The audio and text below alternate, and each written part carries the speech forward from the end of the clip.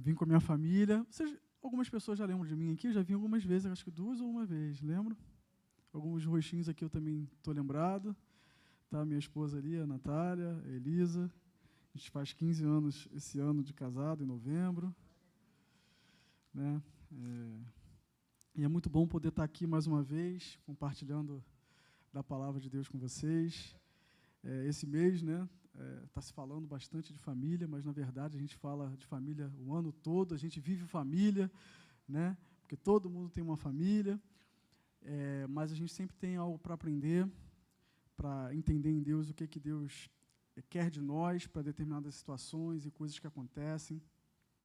É sempre um desafio para mim, para trazer uma palavra, porque eu fico nervoso até hoje, apesar de já fazer isso bastante tempo, mas eu ainda fico nervoso, fico pedindo a Deus qual a palavra que eu vou dar, fico pedindo confirmação ao Senhor, porque a palavra é tão rica, tem tanta coisa que a gente pode pegar na palavra de Deus, né, mas o que Deus quer falar para esse povo que está aqui hoje, né, que Ele trouxe, cada um que está aqui, foi Deus que trouxe, foi Deus que marcou esse encontro aqui com você.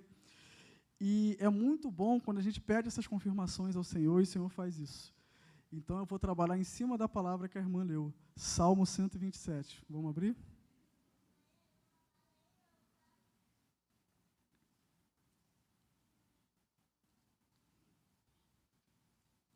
Salmo 127.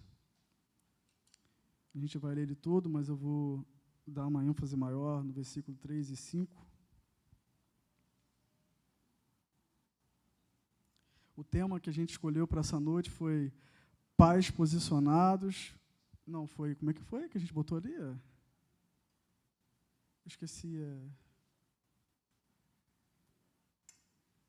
Porque eu ia mandar um, depois eu troquei, mandei outro.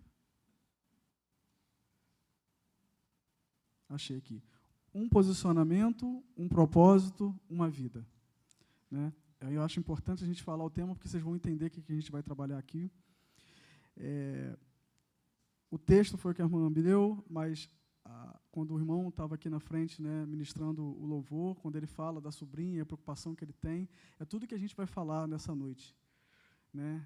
Eu também tenho uma filha, então eu também olho para as coisas que a gente tem visto acontecer, também fico preocupado, também tenho colocado as coisas diante de Deus.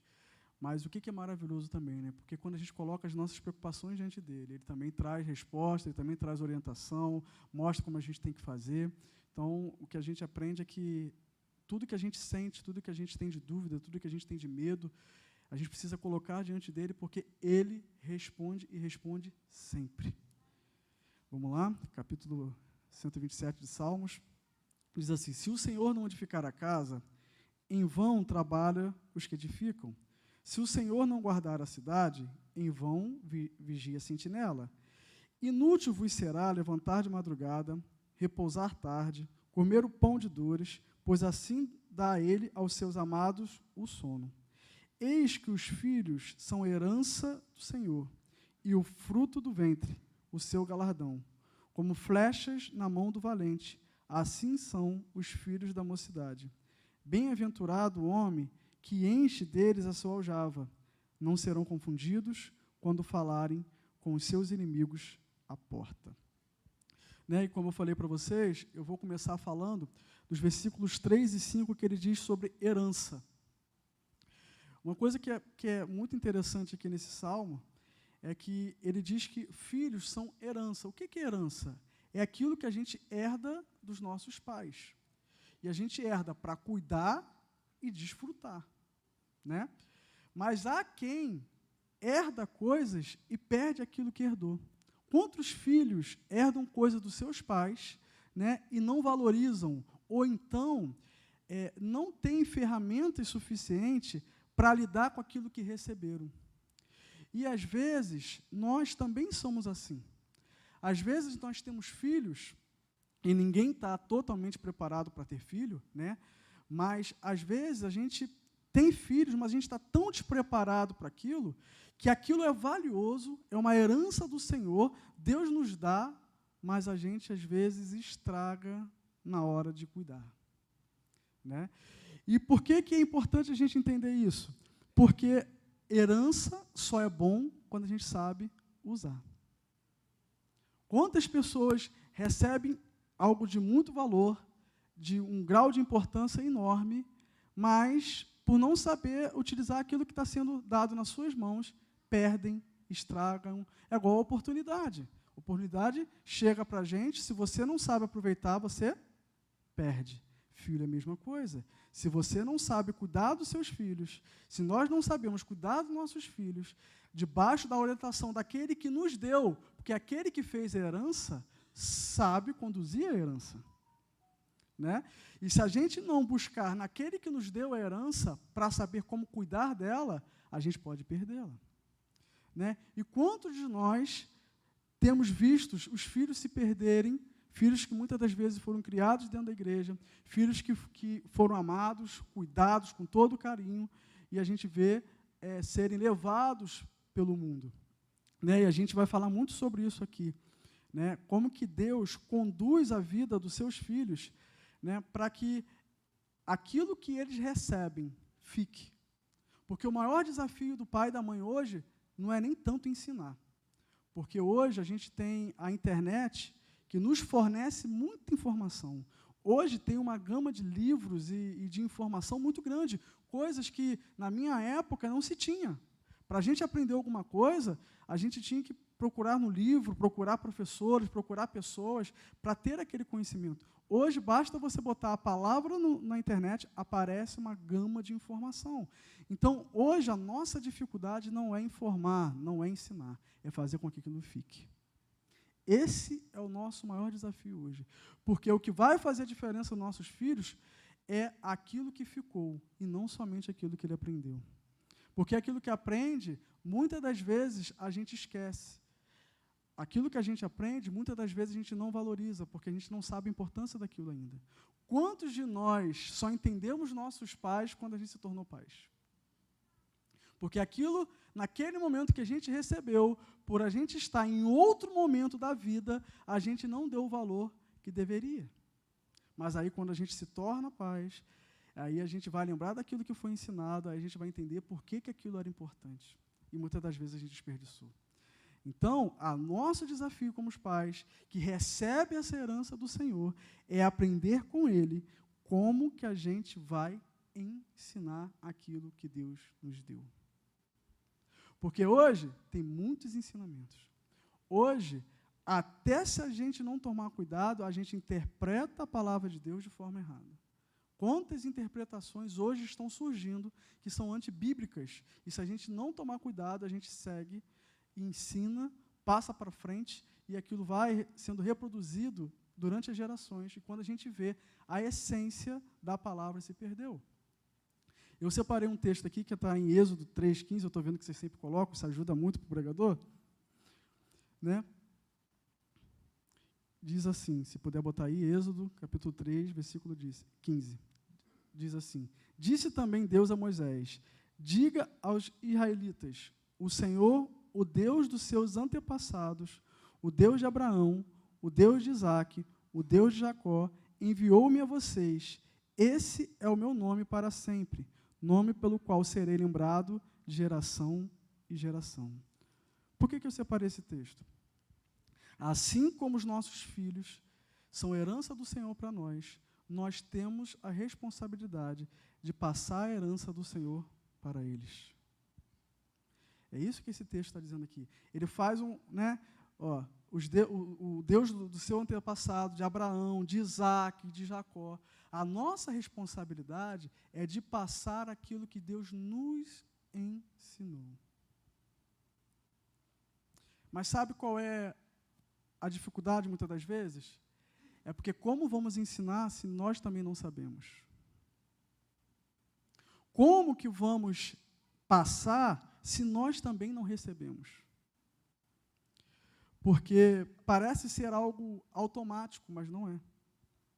Muitas das coisas na palavra de Deus só conseguimos se a gente insistir nelas. Porque tudo que a gente aprende só pode fazer dois efeitos na vida do ser humano. Ou você ouve e absorve, ou você, de tanto ouvir, aquilo já não modifica mais você por dentro.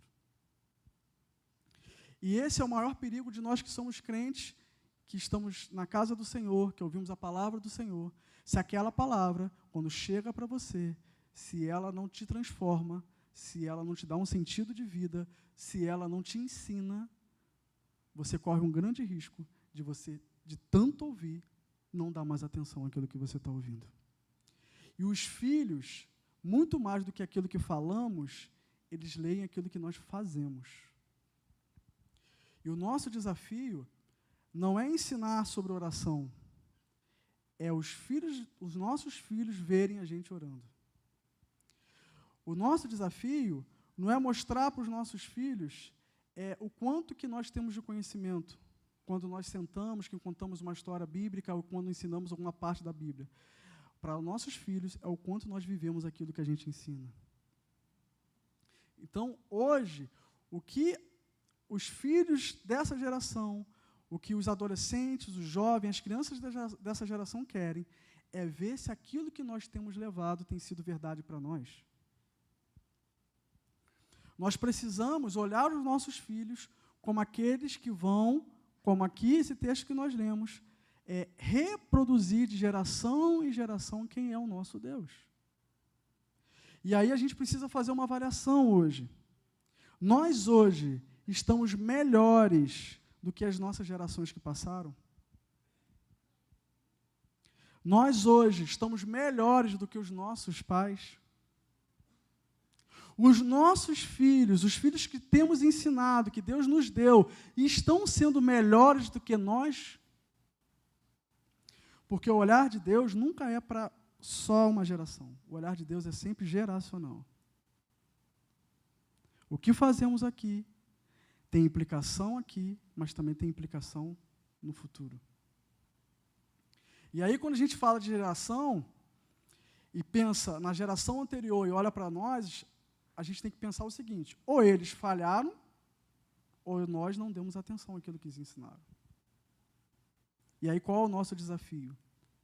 Fazer com que a geração futura seja melhor do que nós estamos sendo hoje.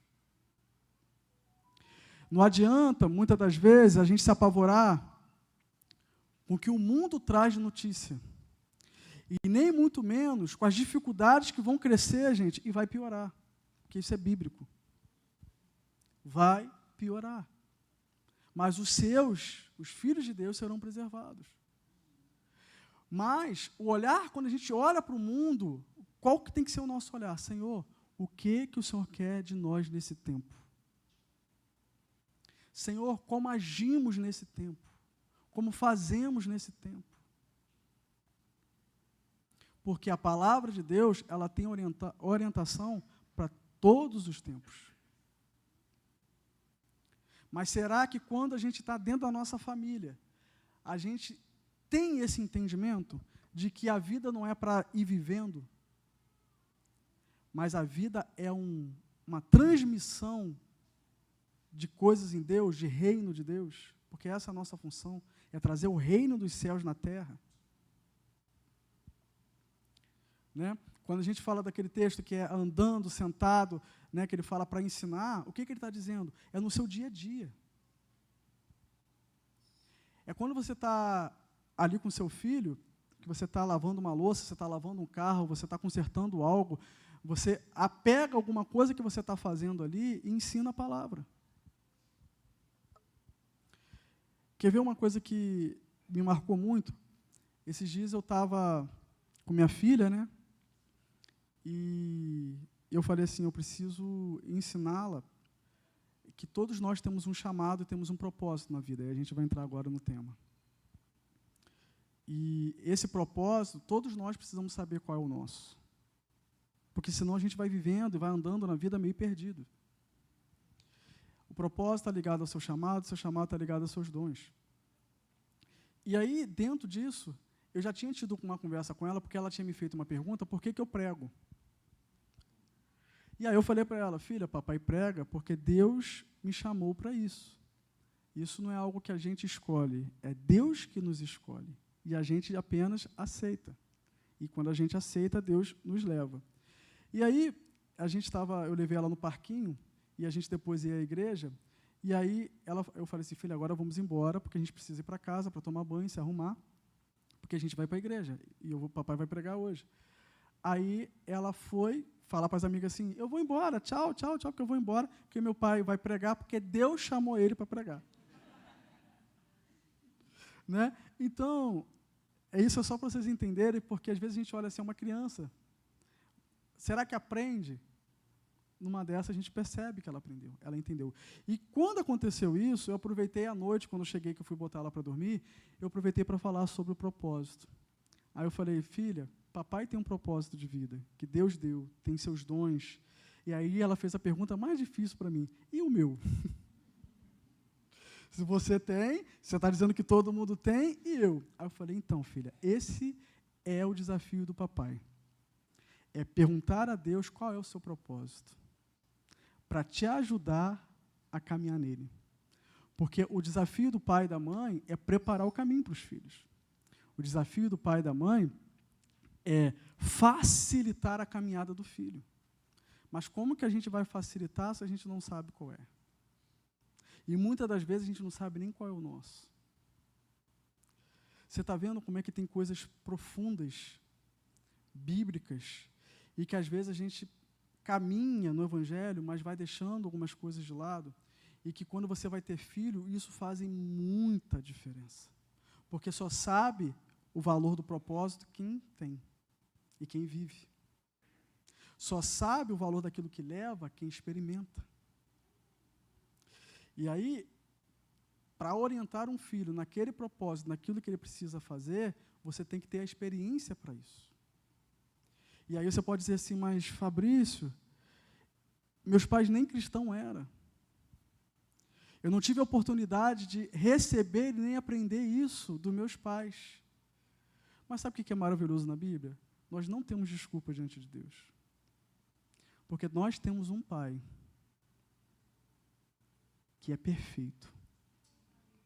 E que aquilo que os nossos pais falharam, nós podemos encontrar nele. A partir do momento que você aprende que é algo importante e que você precisa, mesmo que você não recebeu, você tem como encontrar? Então, se por acaso tem pessoas aqui nessa noite que ainda não sabem o seu propósito de vida, o seu chamado, os seus dons, vai no seu Pai. Vai no seu Pai celestial, no perfeito, na fonte, que tudo sabe, sabe o agora, o amanhã, sabe o que você passou, o que você tem passado. Vai na fonte. Por isso ele é a fonte. É porque o pecado veio e distorceu tudo, mas nós sabemos aonde é a fonte. E aí é lá que a gente precisa procurar, é lá que a gente precisa ir. Porque quando a gente vai lá, a gente encontra. Eu também, os meus pais não eram cristãos.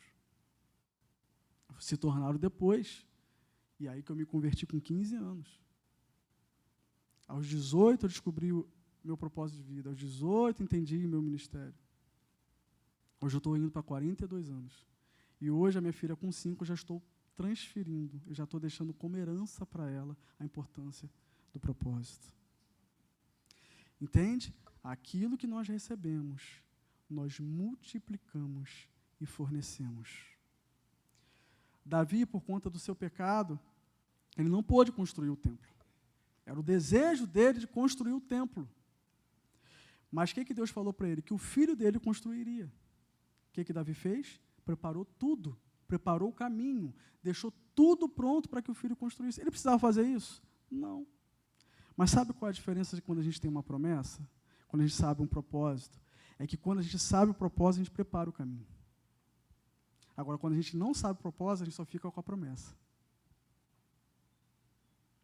Quantas promessas você já ouviu referente aos seus filhos? Muitas, provavelmente. Quantas você preparou o caminho?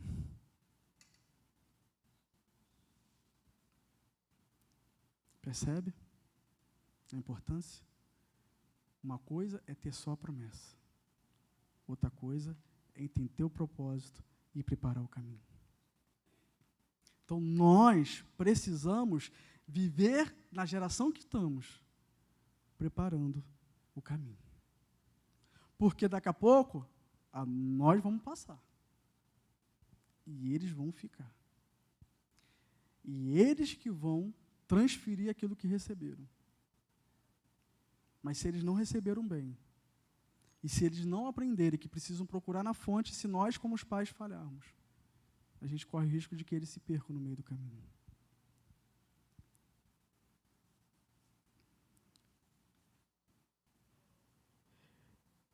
Lá em Josué 24, se puder abrir ele para mim, por favor.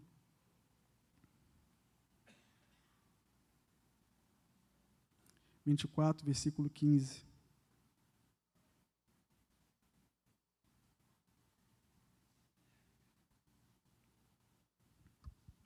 Diz assim: se, porém, não agrada a vocês servir ao Senhor, escolho hoje a quem irão servir. Se aos seus deuses, que os seus antepassados serviram, além do Eufrates, ou aos deuses dos amorreus, em cuja terra vocês estão vivendo. Mas eu e minha família serviremos ao Senhor. Esse texto aqui, ele é muito rico. Quantos aqui já citaram esse texto como promessa? Eu já fiz muito isso. Mas ele não é uma promessa. Ele é um posicionamento de Josué. Quando ele viu que o povo estava servindo a outros deuses, ele veio e disse assim: eu e minha casa serviremos ao Senhor. Foi um posicionamento. Então a gente aprende uma coisa aqui: não trate como promessa aquilo que é um posicionamento. Tem muita gente olhando para a família e falando assim: eu e minha casa serviremos ao Senhor, eu e minha casa serviremos ao Senhor, tratando como promessa. Deus está lá em cima dizendo assim para a gente: se posicione. Aí a gente está: eu e minha casa serviremos ao Senhor. Aí Deus está falando: se posicione naquela situação. Se posiciona naquela outra lá. Muda aqui. Quando a gente faz uma interpretação errada de um texto, é isso que muitas das vezes acontece. A gente, às vezes, está enfrentando situações grandes de forma errada. Então, nunca mais use esse texto como promessa, mas lembre dele sempre como posicionamento. E olha o poder de um posicionamento, porque às vezes a gente pensa assim: a promessa tem poder, mas um posicionamento, querido, tem poder também. Se vocês continuarem o texto, que eu não vou continuar aqui para a gente ganhar tempo para poder falar outras coisas, você vai ver que o texto desse capítulo termina dizendo que Josué e todos aqueles que estavam com ele serviram a Deus até a morte de Josué. Um posicionamento de um homem, a família e todo um povo se manteve firme nos caminhos do Senhor por causa de um posicionamento. E às vezes a gente fica: não, mas é a promessa. Você pode não ter promessa, mas se você tiver posicionamento, muda. Tudo que talvez esteja precisando para esse problema na sua casa é posicionamento. Você pode dizer assim: mas eu sou o único. Seu esposo às vezes pode não ser cristão, sua esposa, seu filho. Você pode se sentir sozinho.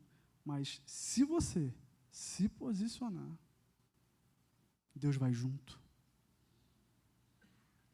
Tudo é receber a orientação certa e saber como agir diante das situações. Ele, quando viu e olhou, eles estavam na terra prometida. Mas o povo estava no melhor que eles podiam receber, vivendo e traindo o Deus que deu a eles tudo aquilo. E ali, quando ele viu aquilo, falou: eu e minha casa serviremos ao Senhor. Então, talvez o que esteja faltando é posicionamento. Quer ver? Eu estava ouvindo um pastor, ele dando um exemplo, que eu achei muito interessante. Ele estava dizendo que, certa vez, ele estava em casa, tinha recebido a visita, estava o sobrinho dele, estava a irmã lá, e ele passou perto do sobrinho e do filho, adolescente, E ele viu que o sobrinho estava falando para o primo as coisas que ele vivia no mundo, porque o primo não era cristão, mas o pastor e toda a família era. E ele percebeu que aquele primo estava falando coisas para ele do mundo. Ele passou, ouviu, deixou passar. Uma outra situação, ele viu que o garoto voltou a fazer aquilo. Ele chamou a irmã, chamou o sobrinho e disse assim: eu não quero que você fale para o meu filho coisas que você vive no mundo, porque nós somos diferentes e pensamos diferente. No momento, houve aquele constrangimento, houve um problema ali, né? Embora ele soube falar e tudo, mas ele se posicionou. E sabe o que foi interessante? Quando o filho dele fez 26 anos, se passaram alguns anos, ele sentado tomando café com o filho já casado. Ele virou para o pai e falou assim: pai, sabe onde foi o divisor de águas na minha vida? Aí o pai: não, foi quando você proibiu o meu primo de falar aquelas coisas para mim. Porque o meu coração já estava tendo interesse de viver aquelas coisas que ele me dizia. Mas sabe qual é o problema? É que a gente quer ser bonzinho com todo mundo. O problema é que, às vezes, a gente coloca em risco a nossa família, porque a gente não quer se indispor com algumas coisas. Só que Deus não nos chamou para isso. Ele não proibiu o menino de ir lá. Ele só falou que o menino não poderia estar falando o que ele falava. Vocês entendem o que é posicionamento? Se você não se posiciona, olha o que aconteceria com o filho dele.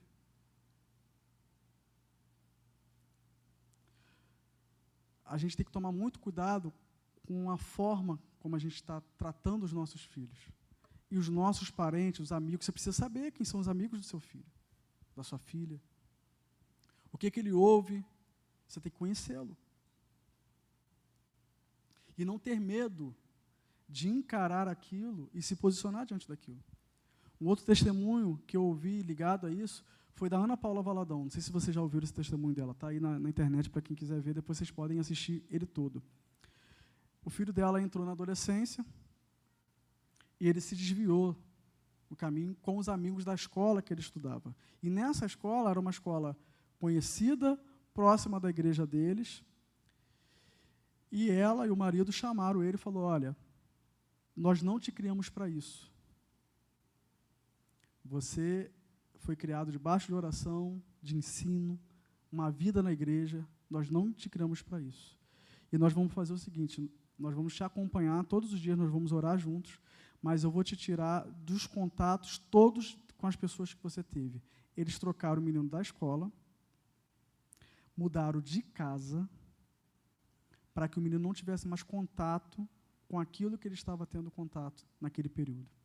Sofreu pressão na igreja, porque muitos eram da mesma igreja, dos pais daqueles meninos, porque acharam que o comportamento deles era errado. Passou 2 anos depois disso. O filho dela começou a fazer os louvores que hoje ele canta. 2 anos depois. Hoje, se você vê o menino cantando e ministrando, é unção pura. Mas por quê? Um posicionamento. O quanto nós estamos dispostos a se posicionar de tal maneira que preserve o futuro dos nossos filhos em Deus. Isso é posicionamento. Às vezes, as coisas não estão lá fora. Às vezes, as coisas estão entrando dentro da nossa casa. E porque a gente não quer se indispor, a gente permite. O Evangelho não é romântico. Ele é vida. E muitas das vezes, para ter vida, tem que ter morte.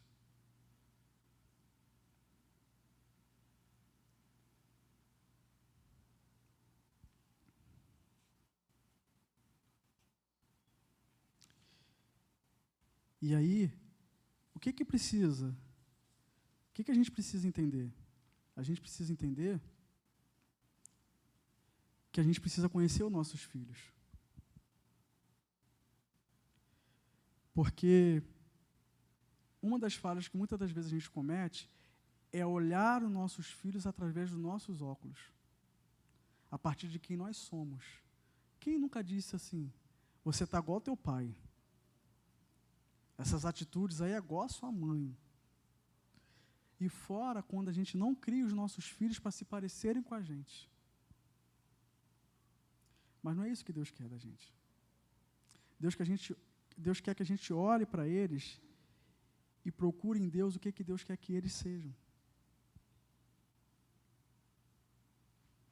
Quem que Deus quer que seu filho seja, a sua filha seja? Quem ela é, quem ele é. Olha, senta com teu filho e perceba, conheça. Porque se você conversar com ele querendo que ele seja alguém que você quer que ele seja, você está errado. E sabe o que vai acontecer? Você vai deformar o teu filho. Porque você vai querer que ele tenha qualidades que ele não tem. E as qualidades que ele tem, você não vai valorizar. E até o que ele tem, ele pode perder.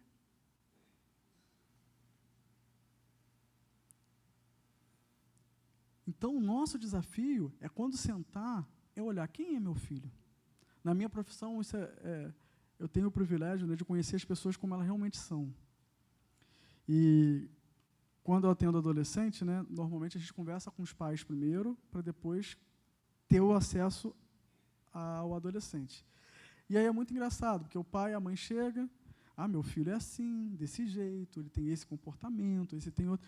Aí, quando eu vou conhecer a criança, o adolescente, é totalmente diferente daquilo que os pais estão dizendo. Eu falei, tem alguma coisa errada aqui. Os pais não conhecem o filho que tem. Mas por quê? Muitas das vezes, a gente não criou essa ponte com o filho para que eles possam ser quem eles realmente são. Ou então, eles estão sendo e a gente não está vendo. Então, para implantar neles, para transferir como herança, para transferir como geração para eles aquilo que Deus quer que eles sejam, a gente precisa saber quem eles estão sendo.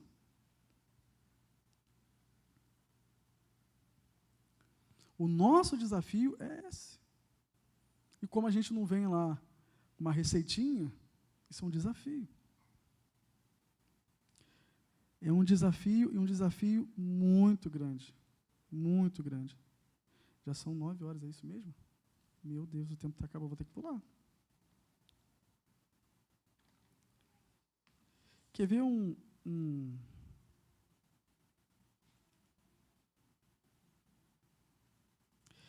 texto que é uma afirmação e que esse texto me provoca, me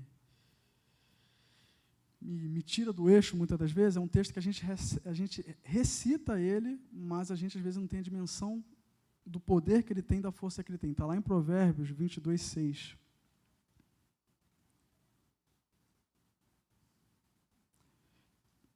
Provérbios 22, 6 diz assim: instrui ao menino no caminho que deve andar, e até quando envelhecer, não se desviará dele. O que o texto está dizendo? Se você instruir no caminho que deve andar, ele não vai se desviar. É uma afirmação. Se você instruir, até quando ele envelhecer, ou seja, a vida dele inteira vai ser no Senhor. Ele não está dizendo assim, se você instruir, pode ser que ele... Não. Está dizendo que se você instruir, até o final da vida ele vai continuar. E isso vem para a gente que é pai, eu falo, Senhor, o quanto eu preciso crescer. O quanto eu preciso amadurecer. É isso, famílias imperfeitas, buscando a perfeição, que não vamos encontrar. Mas a gente pode acertar e acertar muito. Então, são textos que a gente lê, que a gente se depara, que a gente encontra, que aquilo vem e vai mastigando a gente por dentro, sabe? Que é o que a palavra precisa fazer com a gente. Porque filho a gente não começa a criar quando entra na adolescência. Filho a gente começa a criar quando é criança. Quer ter intimidade com seu filho? Tenha quando ele é criança. Quando ele crescer, ele vai manter na intimidade que você precisa. Intimidade no sentido de você conseguir conversar, ele contar as coisas para você, vocês terem essa relação. O problema é que a gente começa a ter isso na adolescência, é quando ele começa a dar trabalho. Você já reparou uma coisa? A gente ora mais pelo filho que dá trabalho do que o filho que é quietinho.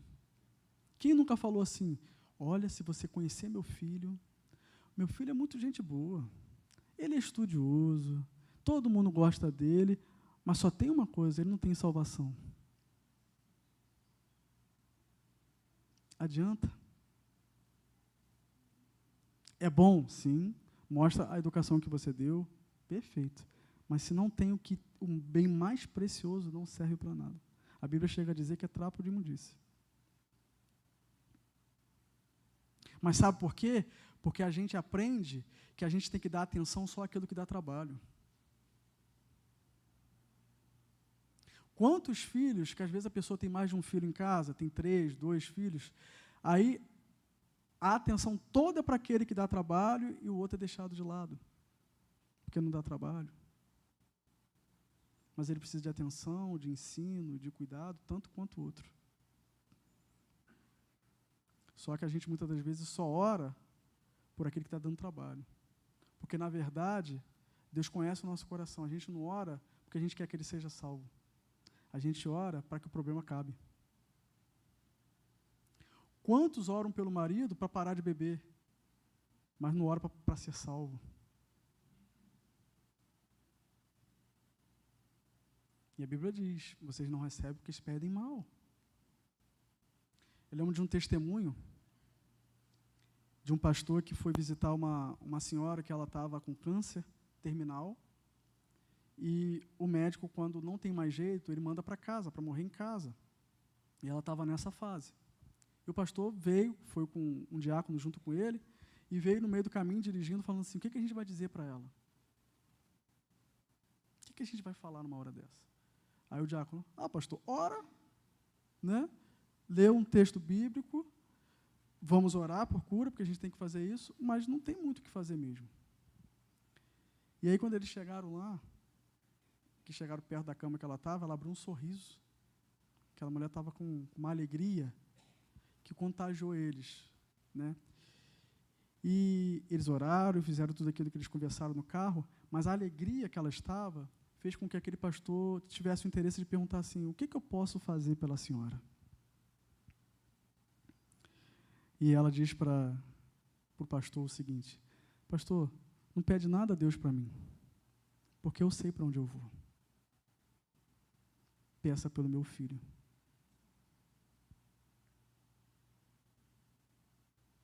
Peça pelo meu filho. Porque tudo isso aqui vai passar. Mas ele, se ele não tiver a salvação, isso que eu estou sentindo aqui, ele vai ter uma vida eterna sentindo.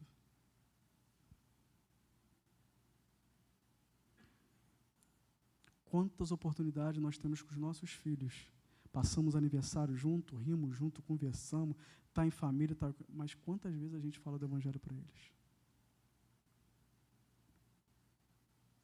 A gente ainda está muito com a visão de mundo, sabe? Que a gente tem que ser boa gente, que a gente tem que tratar todo mundo bem, que a gente tem que cuidar, que a gente tem que ser cordial. Tudo isso a gente tem que ser. Mas a gente está deixando o principal de lado.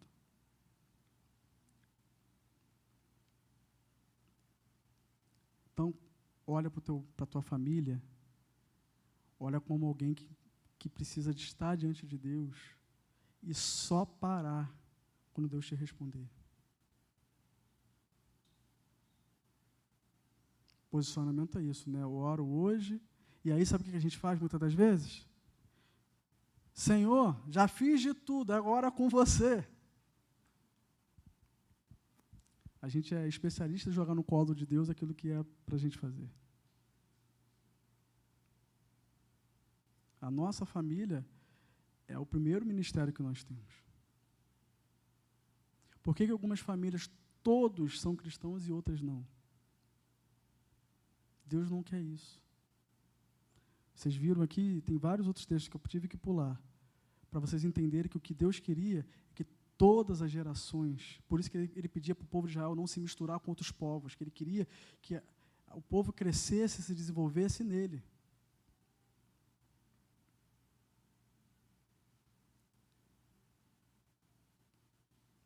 Mas o posicionamento, hoje, do jeito que a gente está vivendo, as coisas que a gente está vivendo, é mais do que nunca. Ver as dificuldades do seu filho, as carências do seu filho, o que ele precisa, o que ele está sentindo. Mas olha para você também.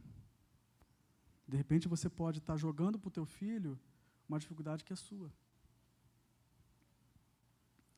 Você pode estar fazendo com ele coisas que é sua. E para a gente finalizar, eu vou finalizar, gente. Vamos lá, Deuteronômio, capítulo 6, do versículo 6 ao 9.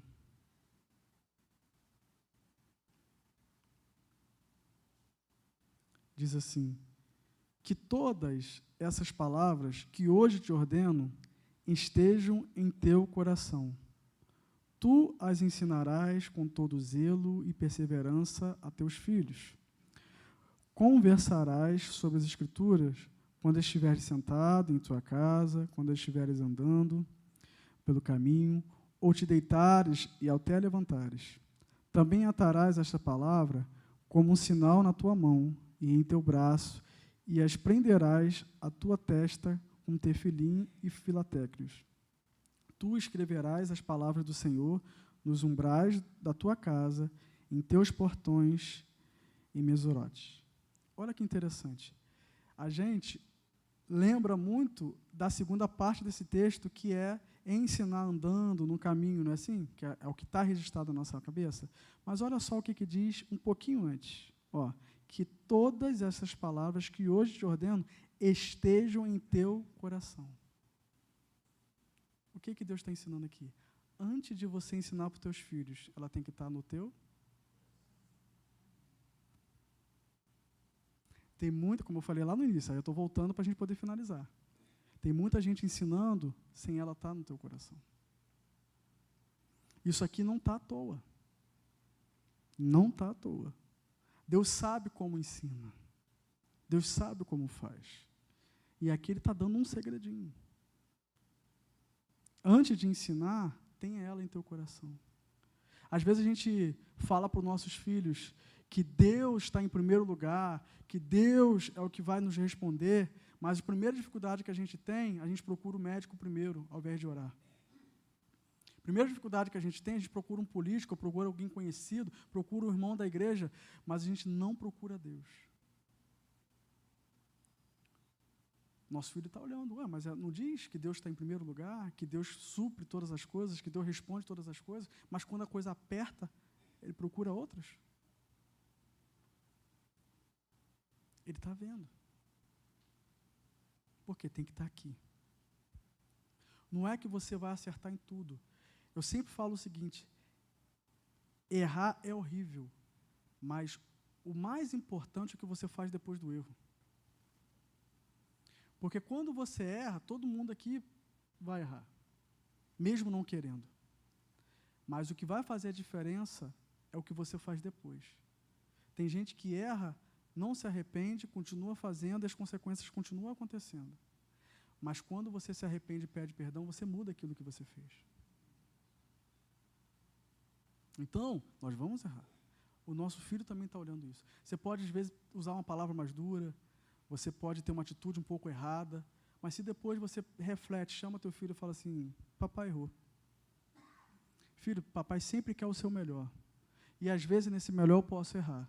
E você pode contar com isso. Todas as vezes que eu perceber que eu estou errado, então você me falar e eu perceber que eu estou errado, eu vou chegar diante de você e vou pedir perdão. Aí o filho está olhando para o pai. A relação que ele tem com Deus é a mesma que ele tem com o pai. Então, quando ele errar, ele vai chegar para Deus e vai dizer assim: Senhor, eu também errei.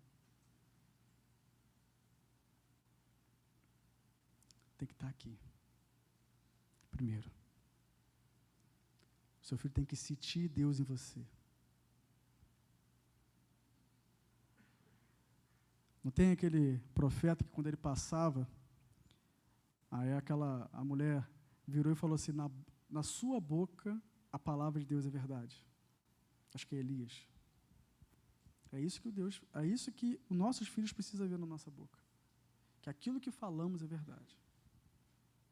E até aquilo que não vivemos, nós buscamos viver.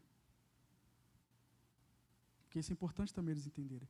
Que nem tudo a gente vai conseguir viver de primeira. Tem muita coisa que vai ter um tempo determinado para a gente poder viver.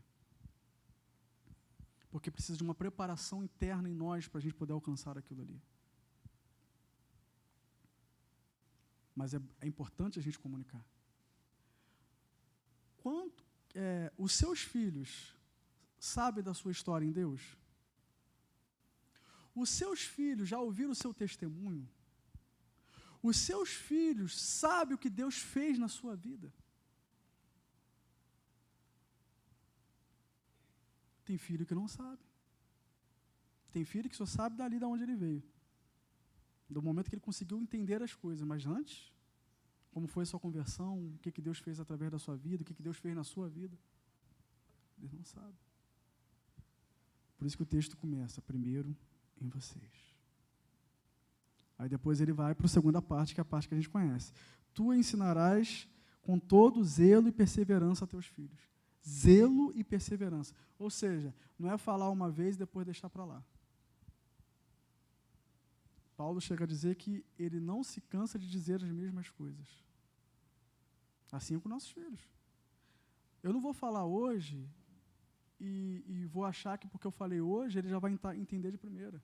Eu vou falar hoje, eu vou falar amanhã, eu vou repetir, até eu ver que ele já faz. Até eu ver que ele já entendeu. Isso é perseverança. E zelo é mostrar que isso aqui é importante. É mostrar que isso aqui é valioso para você. Que você não está seguindo um protocolo. Que você não se acostumou a ter uma Bíblia em casa e de vez em quando abrir. E que de vez em quando você vem à igreja. Ele tem que olhar para você e ver que isso aqui tem um lugar muito valioso para você.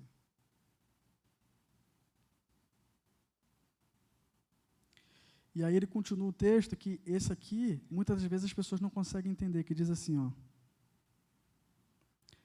Também atarás esta palavra como um sinal na tua mão e em teu braço, e as prenderás à tua testa como tefilim. O que ele está querendo dizer aqui? É que coloque a palavra no lugar que você perceba que ela é importante, que te lembre que aquilo é importante. Que aquilo seja como uma marca para você. Que toda vez que você olhar para aquilo, você vai lembrar que você precisa dela. Esse que carrega com você. Aonde você estiver, mesmo que você não esteja com a Bíblia física, mas carrega com você. E aí ele termina com a terceira orientação. Qual é a terceira orientação? É que toda a casa precisa viver a palavra. Que é o finalzinho que ele diz aqui, ó. Tu escreverás as palavras do Senhor nos umbrais da tua casa e em teus portões. O que é umbrais da casa e portões? A palavra de Deus é o que vai dizer o que entra e o que sai da sua casa. O que está entrando, o que está saindo.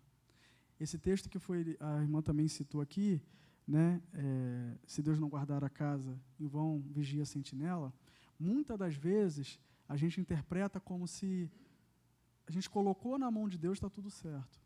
Não é assim. Uma coisa não anula a outra. Eu devo fazer a minha parte de guardar a casa, eu devo de ser a sentinela na minha casa, mas também preciso colocar diante de Deus para que Deus guarde. É uma parceria. Não é jogar na conta de Deus. Porque eu estou orando, pode entrar qualquer um na minha casa, pode acontecer qualquer coisa. Não. Eu protejo a minha casa. Aquilo que eu estou vendo, aquilo que Deus está me permitindo ver, Ele está querendo que eu tenha alguma atitude referente àquilo.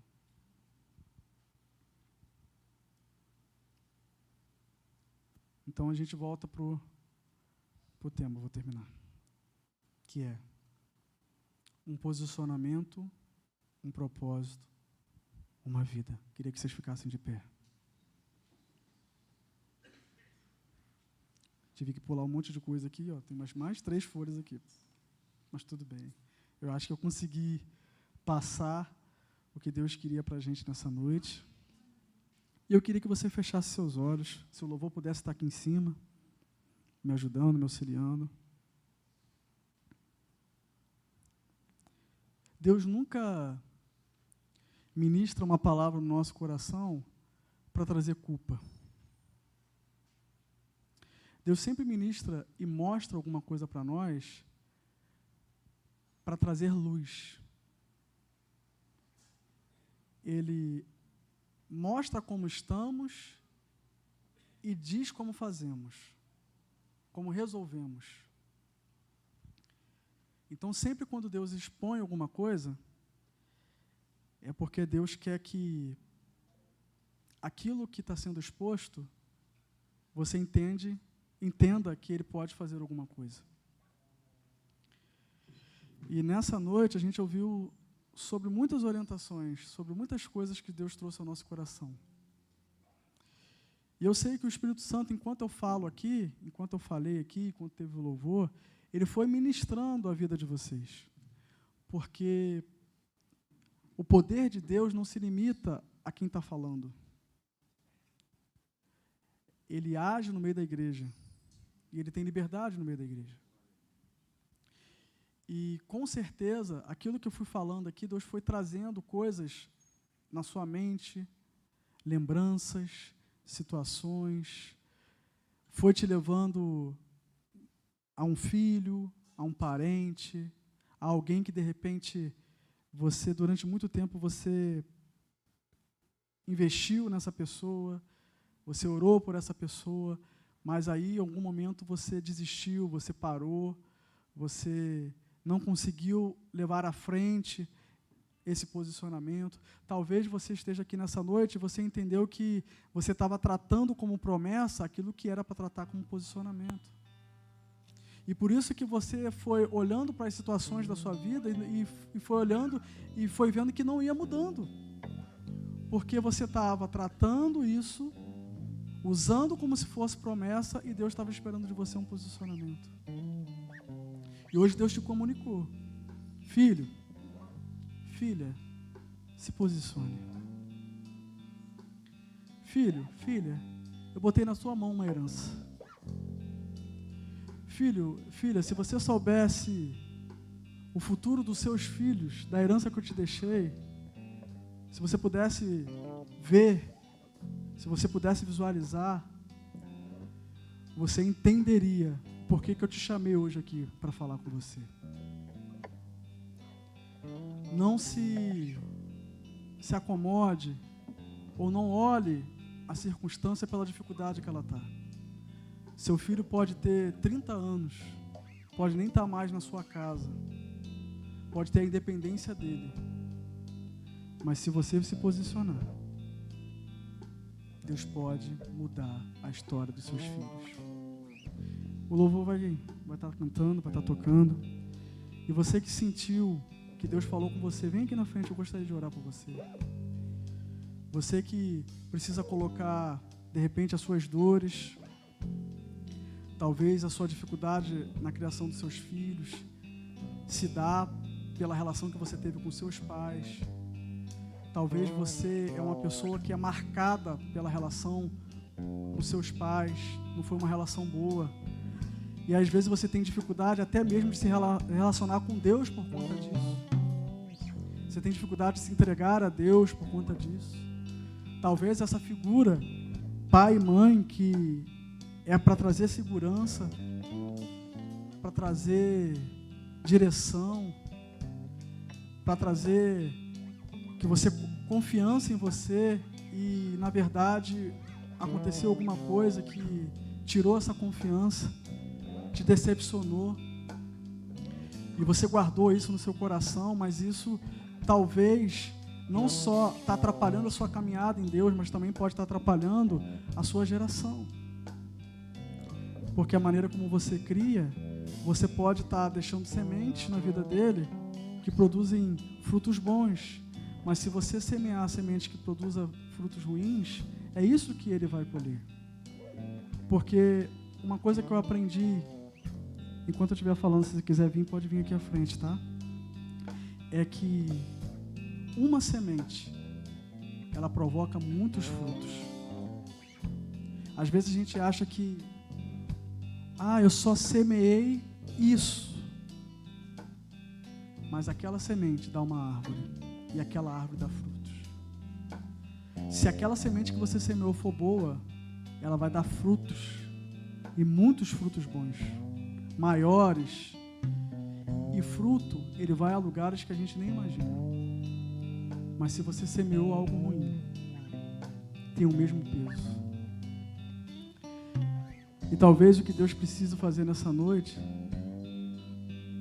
é porque a semente já foi feita, a árvore já cresceu, as consequências, os frutos já estão aí. Mas talvez o que Deus precisa fazer nessa noite é cortar essa árvore. É cortar essa árvore pela raiz, para que ela não dê mais frutos. Para que essa semente que um dia gerou essa árvore, que gerou esses frutos, não dê mais. Acabe. Para que um dia as consequências disso se findem. Pode cantar, louvor. A gente está esperando você aqui na frente.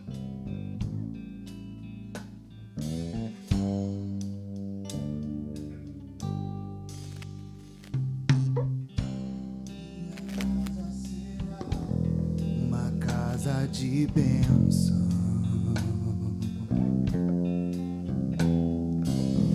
a minha casa será um pedaço do céu.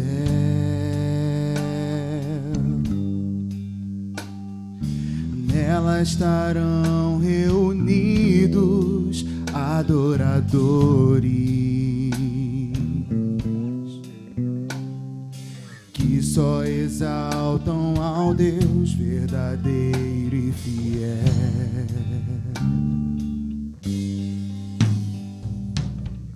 Minha casa será reconhecida como um lugar de milagre e oração,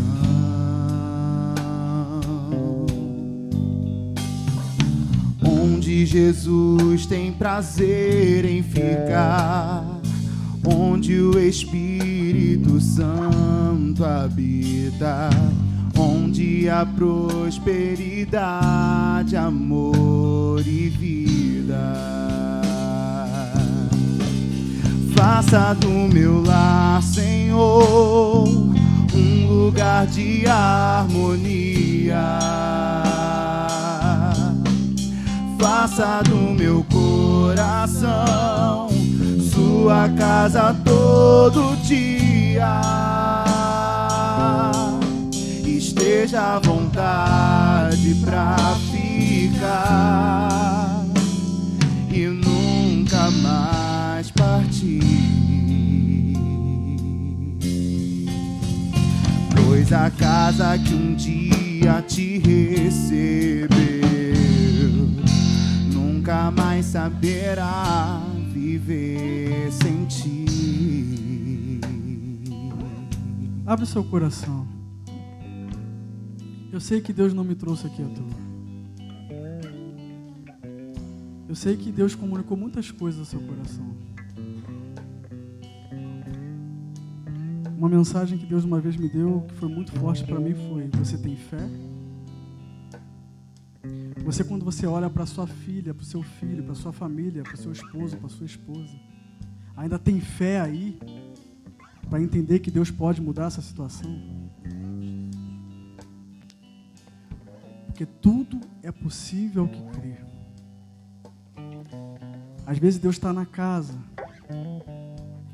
o Espírito Santo está passeando, e tudo que Ele está procurando é fé. Porque o que faz a coisa acontecer é quando se tem fé. Abre o teu coração, se quebrante diante de Deus. não é o que eu for falar aqui, não é o que eu vou orar aqui. É o que você está falando aí com Deus. Teu pai está aqui. Entrega as suas dores, as suas marcas, as suas mazelas, os abusos, as coisas que você viu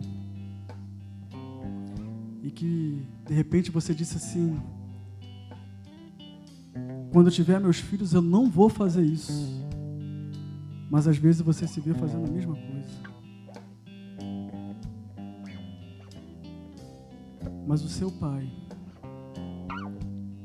aquele que tem poder para fazer qualquer coisa, quer ministrar no seu coração nessa noite. Ele quer te mostrar como cuidar do seu filho. Ele quer tirar isso do seu coração.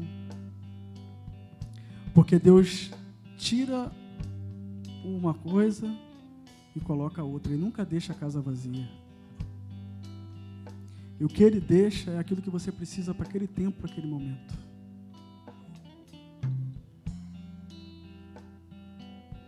Vamos orar. Pai, como é preciosa a sua palavra, Deus. Ela não serve só para conhecimento. Ela é boca de Deus. Ela é vida. Ela é poder. E é debaixo, Senhor, da sua santa palavra que te pedimos nessa noite. Muda a história dos seus filhos. Que essa noite, Senhor, seja uma noite, um marco na vida deles. Assim como Josué fez um marco quando ele falou: eu e minha casa serviremos ao Senhor. E aquele posicionamento, Senhor, dele, não só mudou a história da família dele, mas de todo um povo. Assim seja na vida dos meus irmãos. E aquilo, Senhor, que tem atrapalhado, aquilo que tem causado dor, aquilo que, por conta do passado e coisas que ocorreram, tem maltratado seus filhos, tem torturado seus filhos, tem prejudicado até para que eles possam criar os seus filhos de forma diferente. Eu te peço, Pai, que teu Santo Espírito, que pode ir em qualquer lugar do ser humano, alcance esse lugar, Pai, na vida de cada um aqui. E que o Senhor limpe, que o Senhor tire, que o Senhor arranque, no nome de Jesus. E nesse lugar haja paz, que nesse lugar haja perdão, que nesse lugar tem amor que de repente não consegue ter, que nesse lugar a pessoa consiga se sentir amada, que nesse lugar a pessoa consiga sentir a presença de Deus. Às vezes ela nunca contou para ninguém, mas essas marcas atrapalham até de sentir o Senhor, mas que hoje, Senhor, ela sinta a sua presença, ela sinta o seu toque. Ah, Pai, como nós somos dependentes do Senhor, como somos falhos, mas, Pai, contamos com o Senhor para saber viver nesse tempo. Contamos com o Senhor para saber qual é o nosso propósito nesse tempo. O que o Senhor espera de nós? O que o Senhor quer de cada um de nós? O que o Senhor quer dos nossos filhos? Pai, não permita que nenhum deles se perca. Pai, que a gente tenha no nosso coração a mesma perseverança que o Senhor tem com cada um de nós, porque o Senhor nunca desiste de nós. Que a gente olhe, Senhor, para as pessoas que a gente ama, mas não olhe para eles apenas com olhar humano, mas que a gente olhe para eles com o amor incondicional que o Senhor tem para conosco.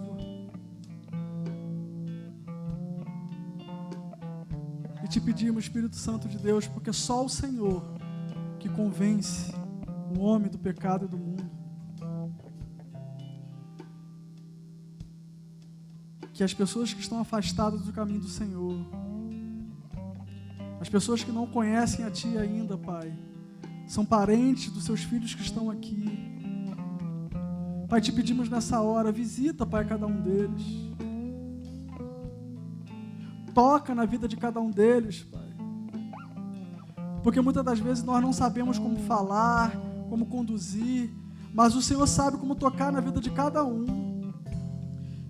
Não sabemos onde eles estão agora, não sabemos o que eles estão fazendo, mas o Senhor pode entrar em qualquer lugar, Pai. Vai com poder, Pai, e salvação na vida de cada um deles. E que tenhamos testemunhos, Pai, que glorifiquem o Seu nome, que engrandeça o Seu nome,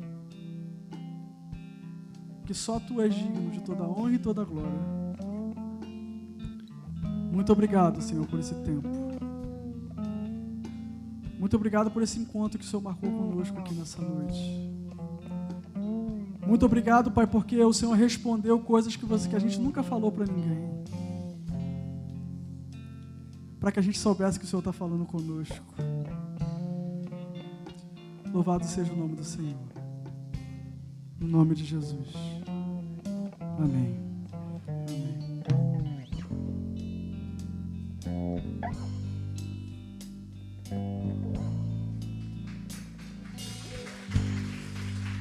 Glória a Deus, amém. Deus abençoe sua vida, meu mano. Te amo.